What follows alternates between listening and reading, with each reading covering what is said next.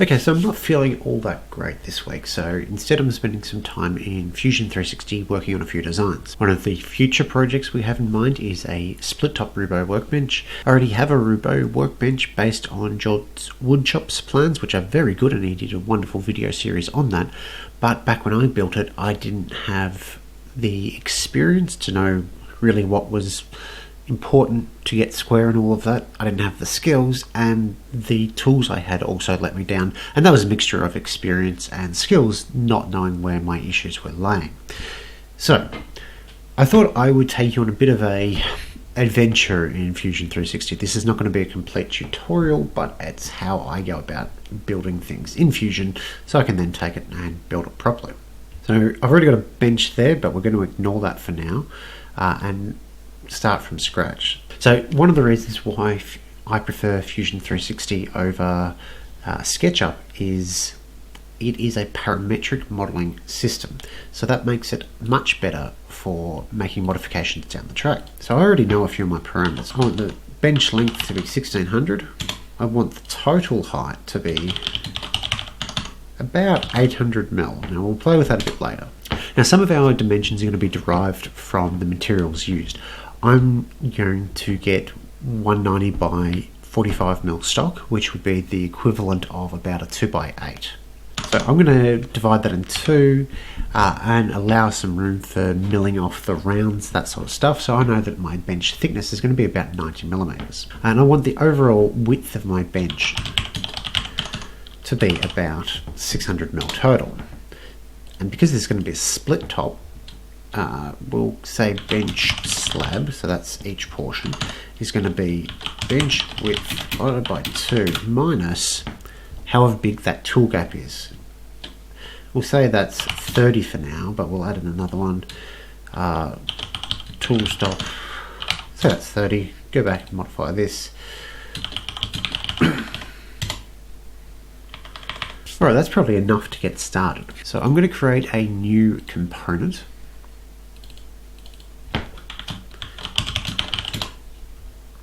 And within that component, which we've now selected, I'm going to do a sketch.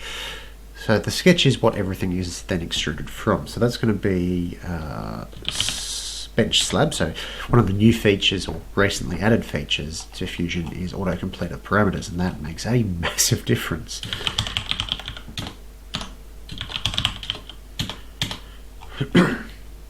So that FX there designates that it's a constrained dimension. So that means if we make any changes to those parameters, so long as it's constrained at the time of construction, that'll then affect everything down the line, which is good. So we're going to extrude up bench thickness, and we have our first portion. Actually, let's go back to that sketch. So I'm going to do them all in one so that they've got some relative idea of what everything is.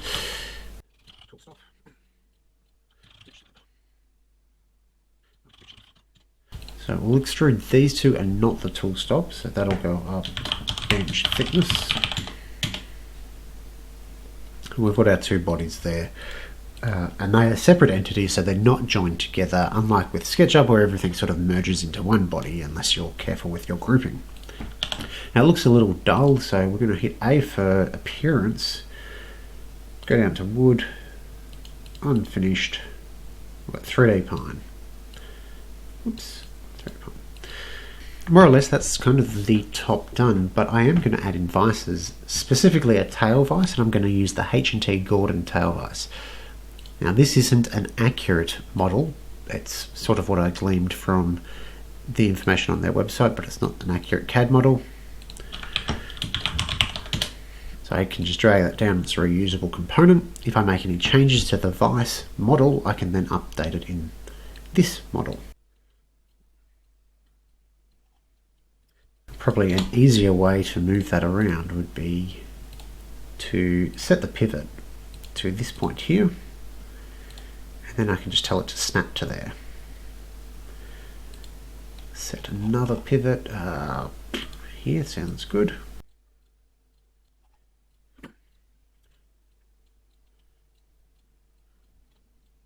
So looking at this, I know that I need to make a bit of a mortise in body 2 to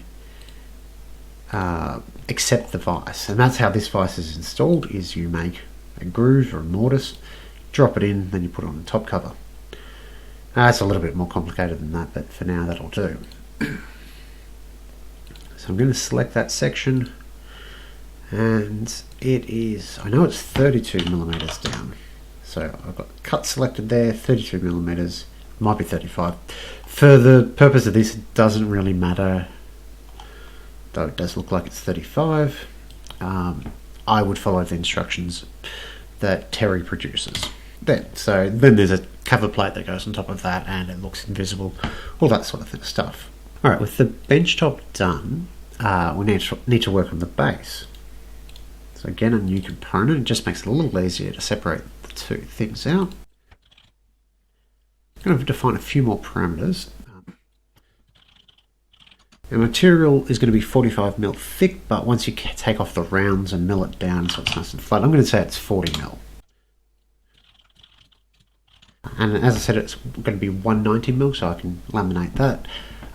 But I'm going to say that it's going to come down to 180. Now, for the base, I'm actually going to start the sketch on the underside of these slabs. It'll make a little bit more sense a little bit later on, I think. So for the leg, I'm going to laminate two pieces together. So it's going to be material thickness times 2, material width for the, width of it. So I'm going to draw a nice big square here, the full size of the bench. I'm going to find the center points. So if I hover over this line, when it gets to that triangle, I know that's my center point. In that direction as well. Now I'm going to select both these lines and turn them into construction lines. So they're just more for a guide than anything.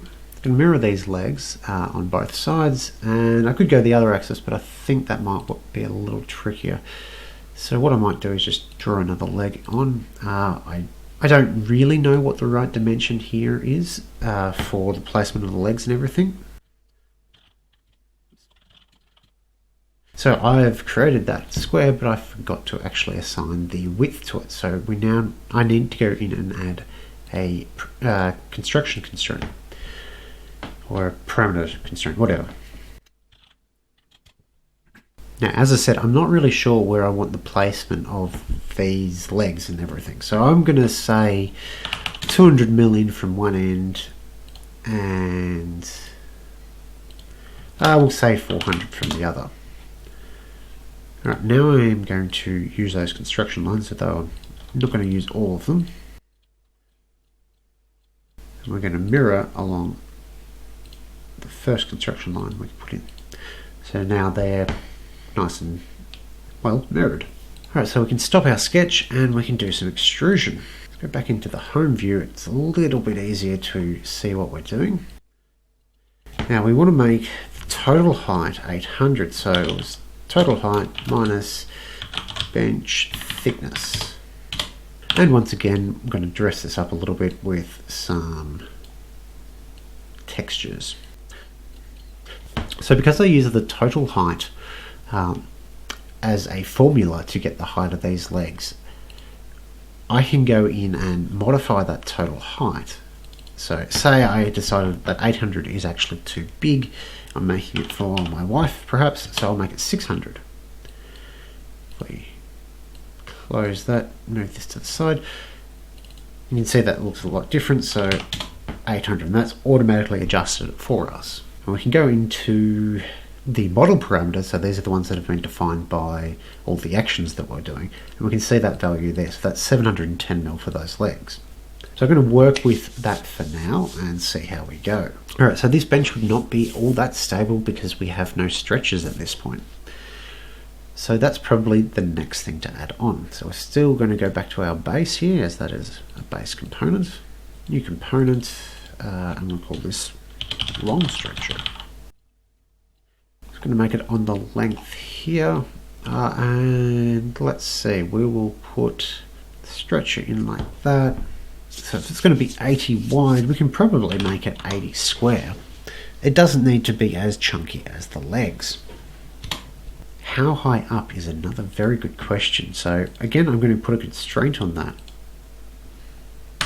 Once I hit the right button, I'm going to put a constraint on that so that I can come back and modify that a lot easier. So I'm going to say it is 100 mil up. I'm just doing this by eye. I don't really know or care how long this is. Alright, so if we did care about that length, we could define it as a formula just like we did with the height of the leg. So if we go back into the sketch for, what was it, the legs themselves, so this one here, we've got 200 there and 400 there. That's all we need to know for now. So the long stretcher, that extrusion was 200 plus 400, bench length minus 200 plus 400 plus the length of the legs, which was material width, and it's 2 legs, and don't put in random slashes and it works out even better, and we get that value of 640. So that way, if we go back to our bench overall, and once again, if we change some of these parameters, so say we go, oh, 1600, I actually meant 1800, suddenly that stretcher has moved all the way, and that's works out quite well. Now we do have a bit of an issue with the mortise for the tail vise. Grand scheme of things, that's relatively minor, and if I was better at Fusion, I would probably know how to set that properly. So I suppose if we go into the sketch at the top here, we can add a new constraint. So if we select this edge here and this edge here and put collinear. Alright, so I think I've got too many constraints already put on there, so I can probably get rid of a few of these. Let's see if we have any more luck there. There we go. Alright, so if I stop that sketch, you can see the mortise has moved, so then we can just move the component. I'm not entirely certain on the best way to attach the vise. There is the assemble tool, so we need to make this a component, so we'll call this front slab, and I will move this actually out of the way. I find that's easiest with assembly, so we'll go want to joint, capture position, so we want to join this corner here to that corner there. Okay, so that's the other way around is what we want, so there to there. Yep, that's joined. Now the model itself doesn't have these parts joined, so they haven't moved, so that's a bit of a bummer, but I can go back and modify that in the model itself. So that way, if we change the length of the bench back to 1700, you can see that the vise itself, as well as the mortise, has been properly repositioned, and the stretcher hasn't, which is interesting. Huh. Oh, I see. The stretcher has been repositioned, but the way that the legs are attached has not. So that's probably outside the scope of where this bench needs to be at the moment. Once you start attaching things as proper joints in this, as you reassemble things, as you redimension things, the unattached sections will move back and forth. So as I said, this vise is not properly attached as a component, so if we go into the HNT Vise model, we can assemble that as so that it, well, actually stays together. So the vise knob didn't attach to the body prop. So as I did before, I'm just going to move it slightly out of the way, then join it, as I find that's a lot easier to actually get it where I want it to be. As I said, this is not the actual model of the HNT Vise, but as far as I know, there isn't one available.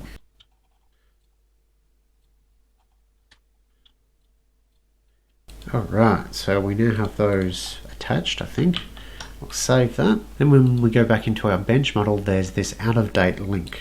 So we click that, get all latest, and these indicate there's a joint and the knob and the dog have gone correctly into the body of the vise. Okay, so we could continue on with the rest of the stretches, apron parts. There's probably not a lot of point. They're all going to be fairly similar. At this stage, I haven't decided whether I want to go with half laps, with mortise and tenon, or dovetails for all of the joinery, so I'm not going to add that in. So one of the more critical pieces we need to do is add in the leg vise. And as you can see, I've got a screw for that already made up as a component. For now, I'm just going to leave that over there and hide it. So we need the chop for the leg vise, which I'll put on this face. So what we'll do is find the center point of our leg here. Again, we're going to go for a construction line.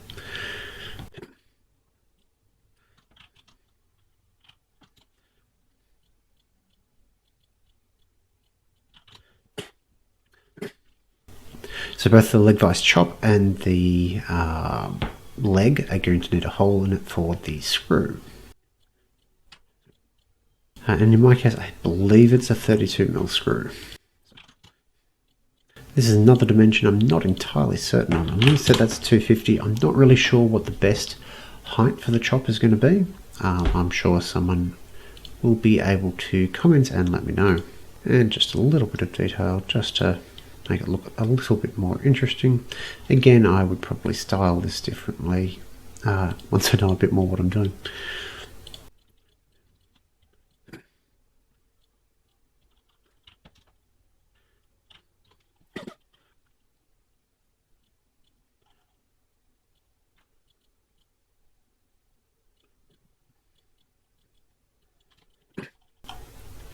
Okay, so our vise is starting to take shape, so we can copy this sketch here. And we're going to go back to our leg because we need to modify this leg here to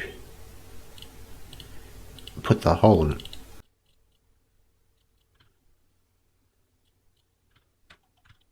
And I've pasted the sketch on into this new sketch, which means that the hole here is in the exact same position. We can just extrude through, which will automatically change it to a cutting operation.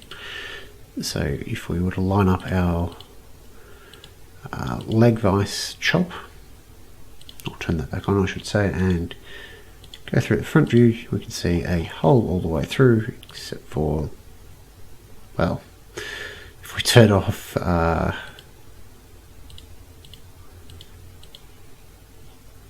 the leg behind it, we can now see that there's a hole that goes all the way through.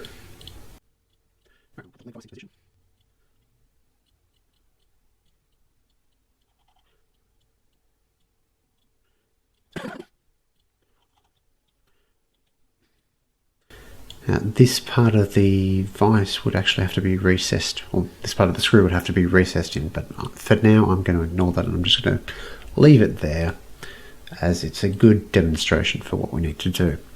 Now, I also will have a parallel guide, but unlike traditional parallel guides, I'm going to go for a linear bearing and linear shaft. So I'm going to add that linear shaft from McMaster Car. And it is the flange style. Now, it's not going to be the exact size that I've got because they only have Imperial. So I've got a 20mm shaft, which will be 3/4 inch, and the overall length is going to be the longer style. And go into the product details, and I need to choose a step or a SAT file, hit save, and then that'll download it and add it into my drawing.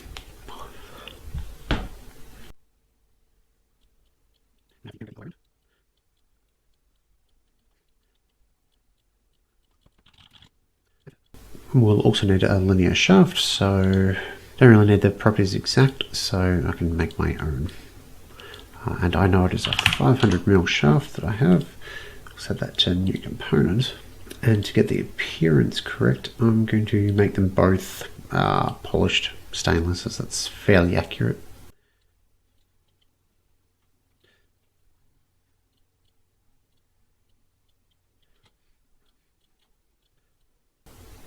Now I will need to add a bracket that mounts it, and I'm not sure whether it'll go on the inside here or on the outside of the leg chop, so that'll be another thing for me to figure out off camera, so to speak.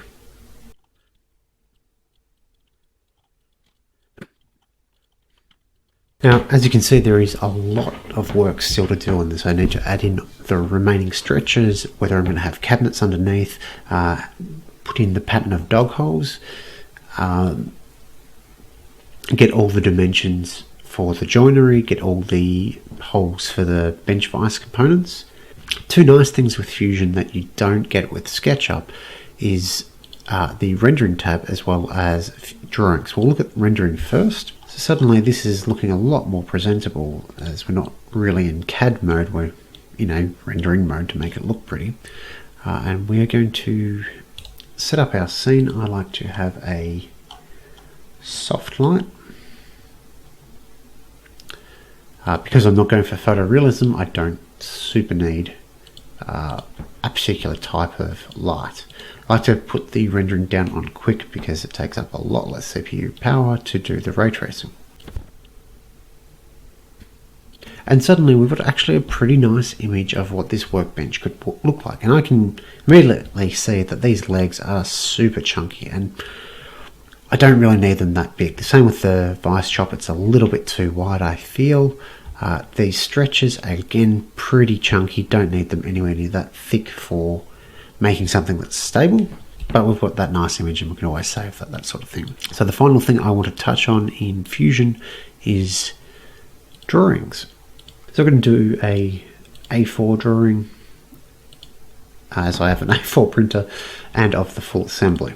So I'm going to drop our workbench down. We can probably scale it up a little bit, 1 to 20, 1 to 15. I don't need the stuff around here, so move this into a better position, and then we'll add in the extra projected views. So we've got our 3D view, our top down, and our side views. And we can start adding some dimensions. So this is what I like about Fusion, is that I can take this one model, I can render it, I can then generate drawings, and then take these drawings to the workshop. Now for something the size of this workbench, I would probably break it down into components. So when it asked, when I was creating the new drawing, when it asked full assembly, I can untick that and go, alright, I just want to have a drawing of the base so that I can get a closer look of all the components in that, then perhaps just the top, maybe just the vise, and have separate drawings for each of that. I can output this to a PDF, then save that, and then, as I said, take it to a workshop. I've got my full set of plans and I haven't had to take really awkward screenshots like you do in SketchUp. So hopefully this has been somewhat educational, or at least eye-opening for what you can do in Fusion. I will work on the model itself a little bit more, release that down the track, then people can modify that. So we've got all our parameters here, so I need to better parameterize various bits and pieces like the vise chop, but it means that one set of plans could be given out, people can modify it, and then everything else will update. Just like the Vise model, when we modified that, we could update this whole thing and keep to the latest version. We can do the same with drawings by just updating the link. And there you go, our dimensions there have changed to be what we've modified it to. If you've stuck around for this long, thanks for watching. Let me know what you think and if this sort of thing is interesting.